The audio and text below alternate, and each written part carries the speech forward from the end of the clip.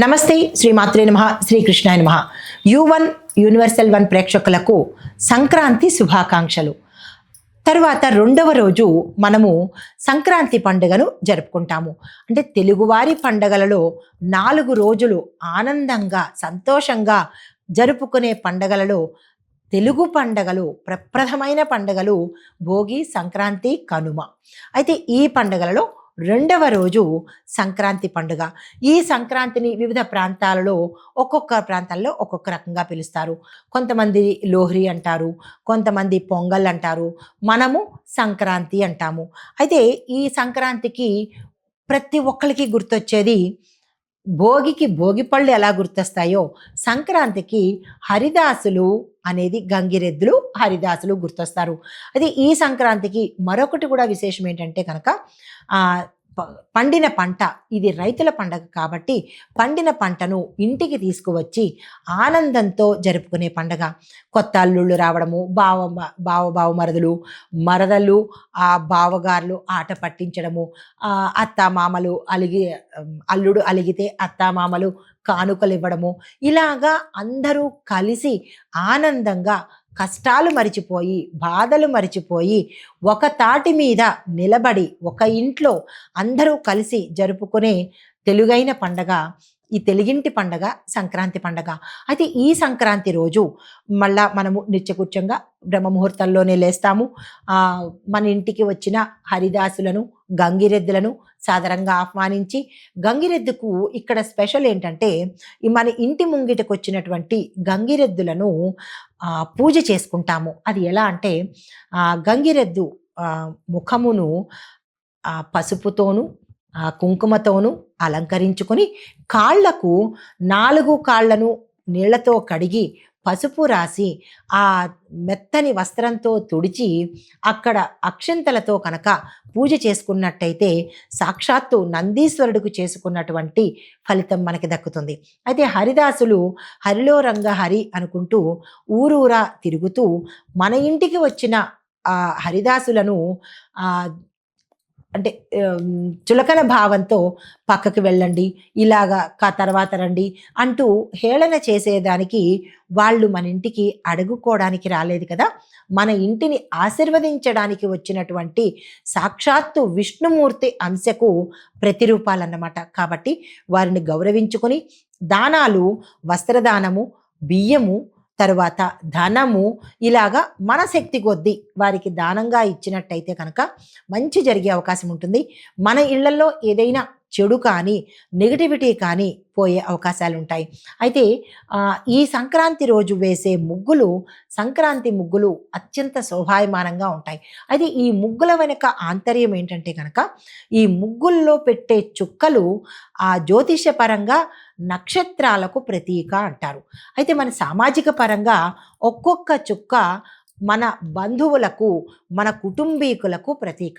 దీన్ని కలగలుపుకుంటూ వేసుకుని వెళ్ళే ముగ్గే చుక్కల ముగ్గు. మీరు గమనించారో లేదో, ఒక చుక్కతో ప్రారంభించి కలపడం మొదలు పెడితే మళ్ళా అక్కడికే వచ్చి క్లోజ్ అవుతుంది. అంటే అక్కడితోనే ముగ్గు పరిసమాప్తం అవుతుంది. అంటే దాని అర్థం ఏంటంటే కనుక బంధువులము, చుట్టాలము, కుటుంబీకులము అందరము ఎవరెవరు ఎక్కడ ఉన్నా కానీ అందరం మన కుటుంబమే అనుకునేటట్టుగా, కలిసి ఉండేటట్టుగా, అంటే కుటుంబానికి ప్రతీక ఈ చుక్కల ముగ్గు అన్నమాట. అయితే ఈరోజు మనము గొబ్బెమ్మలు పెట్టుకుంటాము. ఈ గొబ్బెమ్మలు లక్ష్మీ అమ్మవారికి ప్రతీకగా, అంటే మొదటి రోజు పెడతాము, రెండవ రోజు కూడా గొబ్బెమ్మలు పెట్టుకుంటాము. ఈ గొబ్బెమ్మలు పెట్టే విధానం ఏంటంటే కనుక ఆవు పేడతో తీసుకుని ముందు పెద్ద గొబ్బెమ్మను పెట్టి తర్వాత చిన్న చిన్న గొబ్బెమ్మల్ని పెడతారు. అంటే ఈ పెద్ద గొబ్బెమ్మ దేనికి ప్రతీక అంటే కనుక కృష్ణుడికి ప్రతీక. ఈ చిన్న చిన్న గొబ్బెమ్మలు మనకి గోపికలకు ప్రతీక అన్నమాట. అది ఈ గొబ్బెమ్మలు పెట్టడంలో ఈరోజు మనము గోవర్ధన పర్వతాన్ని శ్రీకృష్ణ భగవానుడు గోవర్ధన పర్వతాన్ని ఎత్తాడు కాబట్టి దానికి ప్రతీకగా లక్ష్మీనారాయణుల పూజతో పాటు శ్రీకృష్ణ భగవానుడిని కూడా మనము ఈరోజు పూజ చేసుకుంటాము. దాంతోపాటు ఈరోజు మనం చేసే ప్రత్యేకమైన పిండి వంటలు ప్రధానంగా గుర్తొస్తాయి. పిండి వంటల్లో ఎక్కువగా మనము బెల్లము, నువ్వులు, తరువాత కొత్త బియ్యంతో చేసినటువంటి అరిసెలు, దాంతోపాటు కొత్త బియ్యంతో చేసే పొంగలి పులగం అన్నమాట. ఈ పులగాన్ని మనము ప్రసాదంగా భగవంతుడికి నివేదన చేసి మనము కూడా తీసుకోవాలి. అయితే ఈరోజు చెయ్యవలసిన దానాలు ఏంటంటే కనుక తెల్ల బియ్యము, తెల్లని వస్త్రాలు, తెల్లని నువ్వులు, బెల్లము, పాలు కానీ, పెరుగు కానీ, పాల పదార్థాలు కానీ యథాశక్తి కనుక దానంగా ఇచ్చుకున్నట్టయితే మహాలక్ష్మి యొక్క అనుగ్రహము, అష్టైశ్వర్యాలు, కుటుంబ శ్రేయస్సు, సౌభాగ్యము ఈ సంవత్సరం అంతా మనకి ఉంటుంది అని మన పెద్దలు చెప్పారు. మన శాస్త్రాల్లో కూడా చెప్పడం జరిగింది. ఈ దానాలు మనం ఇస్తాము. అయితే మనం తినవలసిన ప్రప్రథమైనటువంటి పిండి వంట ఏంటంటే కనుక తెల్ల నువ్వులతో చేసినటువంటి బెల్లము, తెల్ల నువ్వులు కలిపినటువంటి చిమిలీని అనగా ఆ లడ్డూలను, నువ్వుల లడ్డూలను మనము ప్రధానంగా తీసుకోవాలి. ఎందుకు అంటే కనుక ఆధ్యాత్మిక పరంగా నువ్వులు లక్ష్మీ అమ్మవారికి, బెల్లము సూర్య భగవానుడికి ప్రతీక కాబట్టి ఈ ఇద్దరు ఆరోగ్యాన్ని, ఐశ్వర్యాన్ని, ఆరోగ్యం లేకుండా ఐశ్వర్యం అనుభవించలేము, ఐశ్వర్యం ఉండి ఆరోగ్యం లేకపోయినా సంపదను అనుభవించలేం కాబట్టి ఈ ఇద్దరికీ ప్రతీకగా ఈరోజు మనము ఆ నువ్వుల లడ్డూని ప్రథమంగా తీసుకుంటాము. దాంతోపాటు పూజ అనంతరము అల్లుళ్ళకి కొత్త బట్టలు పెట్టుకుంటారు, కొత్త బట్టలు కట్టుకుంటారు. కొత్త బట్టలు ఈరోజే ఎందుకు అంటే కనుక పాతను విడిచిపెట్టి మనం కొత్తదనంలోకి, కొత్త వెలుగులోకి ప్రవేశిస్తున్నాం కాబట్టి, పాతది విడిచిపెట్టి కొత్తదనంలోకి ప్రవేశిస్తున్నాం కాబట్టి మనము ఈరోజు తప్పనిసరిగా ఎంతో కొంత ఎంతైతే మన స్తోమతను బట్టి కనీసము ఒక వస్త్రాన్నైనా సరే మనము కొత్తది కట్టాలన్నమాట. అయితే ఇంటికి వచ్చిన కొత్త అల్లుళ్లకు కూడా బట్టలు పెట్టే ఆచారం మనకి అనాదిగా వస్తున్నది. దీంతో పాటుగా మనకి పెద్దలకు అంటే మన తాత ముత్తాతలకు గతించిన వాళ్ళకి బట్టలు పెట్టి వాళ్ళని గౌరవించుకుని వారి యొక్క ఆశీస్సులు తీసుకోవడం కూడా మనకి అనాదిగా ఆచారంగా వస్తోంది. దాని తరువాత సాయంత్రం సమయంలో ఈ అలసిపోయి పంటల సంవత్సరం అంతా మనము కష్టపడి పంటలు పండించడంలో ఇటు పశువులు, ఇటు రైతులు కూడా అలసిపోయి ఉంటారు కాబట్టి ఆట విడుపుగా, సంతోషంగా ఇప్పుడంటే మనకి సామాజికంగా చాలా రకాల అడ్వాన్స్డ్లో ఉన్నాం కాబట్టి సినిమాలు, సంతోషాలు చాలా రకాలుగా ఉన్నాయి. కానీ అప్పట్లో ఇటువంటి టెక్నాలజీ లేదు, ఇటువంటి అవకాశాలు లేదు కాబట్టి గ్రామీణ ప్రాంతంలో ఉండేవారు అలసిపోయి ఆట విడుపుగా, సరదాగా, సంతోషంగా కోళ్ల పందాలు, ఎడ్ల పందాలు పెట్టుకొని వినోదించేవారు, ఆనందించేవారు.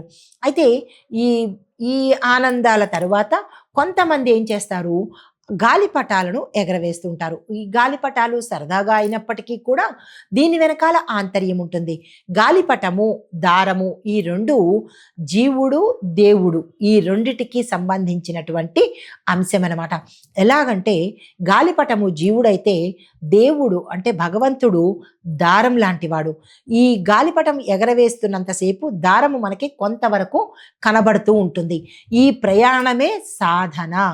ఎప్పుడైతే ఈ సాధన మనకి సిద్ధించిందో అప్పుడు మనకి దారం కనపడదు. అంటే కొంత దూరం వెళ్ళిన తర్వాత దారం అనేది కనపడదు, ఒక్క గాలిపటం మాత్రమే కనపడుతుంది ఆకాశంలో. మీరు గమనించే ఉంటారు. అంటే ఇది ఆధ్యాత్మిక పరంగా సాధన సిద్ధించిన తర్వాత దేవుడిలోకి జీవుడు కలిసిపోయి మమేకమైపోయి ఏకో రూపంగా ఉంటాడనమాట. అయితే సరదాగా మన గాలిపటాలు ఏ దిక్కున ఎగరేసుకోవాలి అంటే కనుక దక్షిణం వైపు కానీ, పడమర వైపు కానీ ఈ గాలిపటాలను ఎగరవేసుకోవాలి. మరి ఈ గాలిపటాలు ఎగరవేసినప్పుడు ఏదైనా మనకి సమయం ఉంటుందా అంటే కనుక ఉదయం కానీ అంటే 6:30 తర్వాత కానీ, 6:30 తర్వాత నుంచి 10 లోపు మనం గాలిపటాలని ఎగరవేస్తాము. ఇంకా ఆ తర్వాత అది అలా కొనసాగుతూనే ఉంటుంది. అయితే గాలిపటాలు ఎగరవేసిన తర్వాత మనము ఏదైనా తీపి పదార్థం తప్పనిసరిగా తినాలి.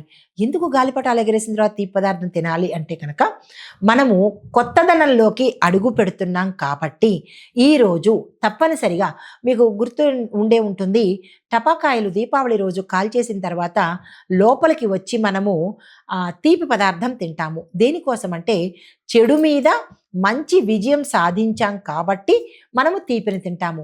ఇక్కడేంటి, పాతను వదిలేసి కొత్తదనంలోకి వెడుతున్నాం కాబట్టి విందు చేసుకోవాలి కాబట్టి తీపిని మనం తింటామన్నమాట. దాని తర్వాత ఇంకా పూజాదికాలు చేసుకుంటుంటారు. ఇంకా సరదాగా సంతోషంగా కుటుంబంతో కలుస్తూ ఉంటారు. అయితే తర్వాత మనకి ఈ రోజే ఆండాళ్ళమ్మవారు శ్రీ రంగనాథ స్వామి వారి కళ్యాణము భోగి తర్వాత సంక్రాంతి ఈ సమయంలో అమ్మవారు రంగనాథ స్వామిని 30 రోజుల పాటు తన పాసురాలతో తన ప్రేమను స్వామివారికి విన్నవించి చిట్ట చివరికి ఆ స్వామివారిని పరిణయమాడారు. అంటే ఇది ఆధ్యాత్మిక పరంగా ఈ 30 రోజులు మనిషి సాధన చేస్తూ చేస్తూ చేస్తూ భగవంతుడిలోకి ఐక్యమయ్యేటట్టుగా, అంటే మోక్షాన్ని ప్రసాదించేటట్టుగా ఇది ఆధ్యాత్మిక పరంగా. అయితే ఇక్కడ రైతులు కూడా తమ కష్టాన్ని పడి ఆనందాన్ని పొందేందుకు ఈ సంక్రాంతి, అంటే సామాజిక పరంగా ఒకటి, ఆధ్యాత్మిక పరంగా మనం చెప్పుకుంటాము. ఈరోజు పూజించే విష్ణుమూర్తిని మనము భోగేంద్రుడు అని పిలుస్తారు. అయితే తర్వాత ఈ సంక్రాంతి రోజు మనకి పండగ ఉల్లాసంగా ఉత్సాహంగా జరుగుతుంది. అయితే ఈరోజు పూజించవలసిన దేవీ దేవతలు శ్రీ మహావిష్ణువు, మహాలక్ష్మి అమ్మవారు, సూర్యనారాయణమూర్తి, ఇంద్రుడు, తరువాత వరుణుడు పూజించాలి. చాలామందికి వరుణుడిని ఎలా పూజిస్తాము, వరుణదేవుడికి ఇంద్రుడికి ఆలయాలు లేవు కదా అని ప్రశ్నలు వేస్తారు. అయితే వాళ్ళకి ఆలయాలు ఉండవలసిన అవసరం లేదు. మనసుతో భావన చేసి, అది మనం కాదు రైతులు చేస్తారు, మనసుతో భావన చేసి ఆ కృతజ్ఞతా భావంతో సకాలానికి వర్షాలు అందించారు కాబట్టి కృతజ్ఞతాభావంతో మనము ఆ వరుణదేవుడికి, ఇంద్రుడికి, పంటలకు అధిపతి ఇంద్రుడు కాబట్టి వీళ్ళిద్దరిని ఆ రోజు రైతులు పూజ చేస్తారనమాట. అయితే ఈ పండగ హడావిడి అంతా అయిపోయిన తర్వాత ఇంటికి వచ్చిన చుట్టాలు మీరు సామెత వినే ఉంటారు, కనుమ రోజు కాకి కూడా బయలుదేరదు అంటారు. అయితే ఎందువల్ల బయలుదేరదు అనే అంశం మనము కనుమ రోజు పండుగలో సవివరంగా తెలియజేస్తాను. ప్రేక్షకులందరికీ కూడా సంక్రాంతి శుభాకాంక్షలు. నమస్తే.